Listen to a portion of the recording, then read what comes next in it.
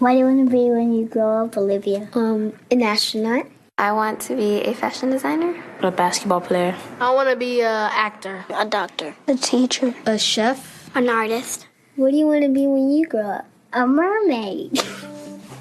Do you know what a computer programmer is? Yeah, no. No. No. I think it's something that has codes and is able to decode a mystery. I think that they... Wait, what? Computer programmer? No. Nowadays, just about everything requires some form of programming. So, what is it? Programming is basically explaining to a computer what you want it to do for you. When you're programming, you're teaching possibly the stupidest thing in the entire universe, a computer, how to do something. Programming is one of the only things in the world that you can do where you can sit down and just make something completely new from scratch, whatever you want. It's really not unlike kind of playing an instrument or something, or playing a sport.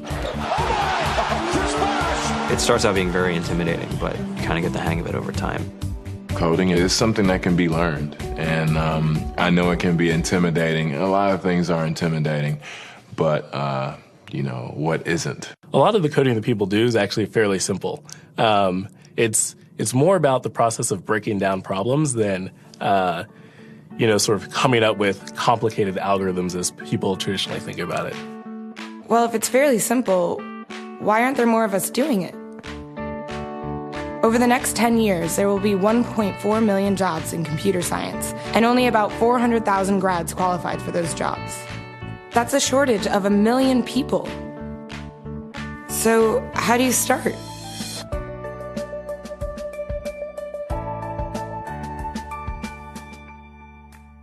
I was obsessed with maps when I was a kid, and cities specifically. So I taught myself how to program. I had a very clear goal of what I wanted to do, which is to see a map of the city on my screen and play with it. Put things on the map, move things around the map. See what was happening in the city, how it worked, how it lived, how it breathed. The best early thing was actually using software to decide when the classes in my school would meet, and that put me in a position to decide which girls were in my class. The first program I wrote asked things like, what's your favorite color? Or how old are you? I first learned how to make a green circle and a red square appear on the screen. The first time I actually had something come up and say, hello world, and I made a computer do that. It was just astonishing. When I finally learned a little bit of programming, that blank wall resolved into a bunch of doors, and you open them, and finally you start to open enough doors that the light comes in. And to me, a finished program is like a structure filled with light. All the corners are illuminated. You understand the structure of it. It's a really serene feeling to have completed that.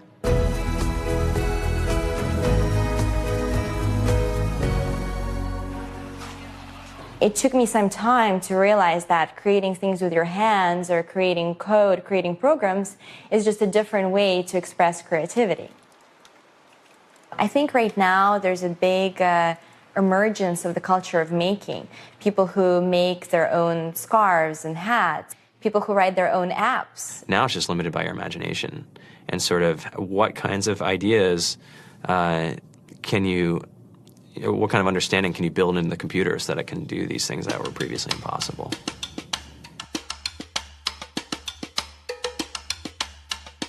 All great things are built in teams when you collaborate with other smart people.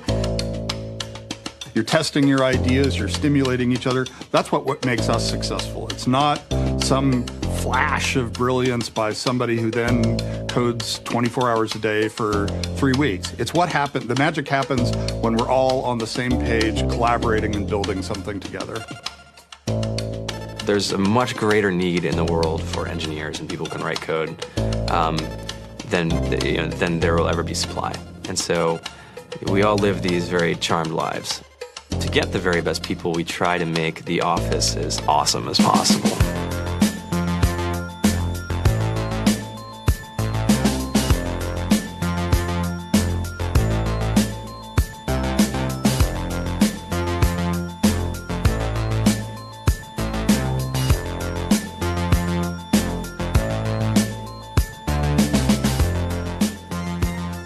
We have a fantastic chef.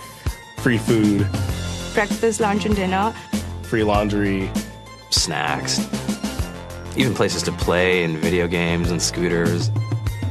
There's all these kind of interesting things around the office and places where people can play or relax or go to think or play music or be creative.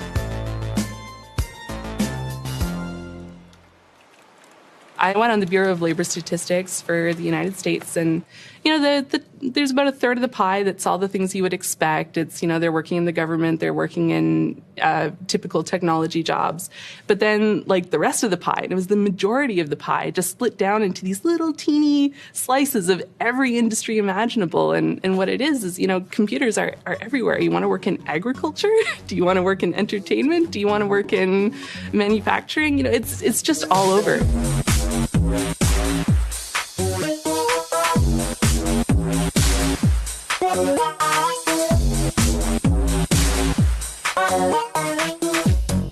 Here we are, 2013. We all depend on technology to communicate, to bank, information, and none of us know how to read and write code. So you guys, what else? Who else has an idea of what we can change with our programming? What else can we do? Tiffany? What I saw my students take away from using Scratch and programming in our classroom is that they were willing to push through problems. It really builds critical thinking, it builds problem solving, and it's something that they can then apply to math in the classroom or their reading skills. We integrated science with this programming, and I saw my scores go up 30%. When I was in school, I was in this after-school group called the Whiz Kids. And when people found out, they laughed at me and, all these things. And I'm like, man, I don't care. I think it's cool. And, I'm learning a lot. And some of my friends have jobs. It's important for these kids. It should be mandatory to be a citizen on this planet, to read and write code. I just think you have to start small, right? And I think that's one of the biggest misconceptions about computer science and programming overall is that you have to learn this big body of information before you can do anything. You don't have to be a genius to know how to code. You need to be determined. Addition, subtraction, that's about it. You should probably know your multiplication tables. You don't have to be a genius to code. Do you have to be a genius to read? Do you have to be a genius to do math? No. No. I think if someone had told me that software is really about humanity, that it's really about helping people by using computer technology, it would have changed my outlook a lot earlier. Whether you're trying to make a lot of money or whether you just want to change the world, computer programming is an incredibly empowering skill to learn. To be able to actually come up with an idea and then see it in your hands and then be able to press a button and have it be in millions of people's hands. I think we're the first generation in the world that's really ever had that kind of experience. The programmers of tomorrow are the wizards of the future. You're going to look like you have magic powers compared to everybody else. I think it's amazing. I think it's the closest thing we have to a superpower. Great coders are today's rock stars. That's it.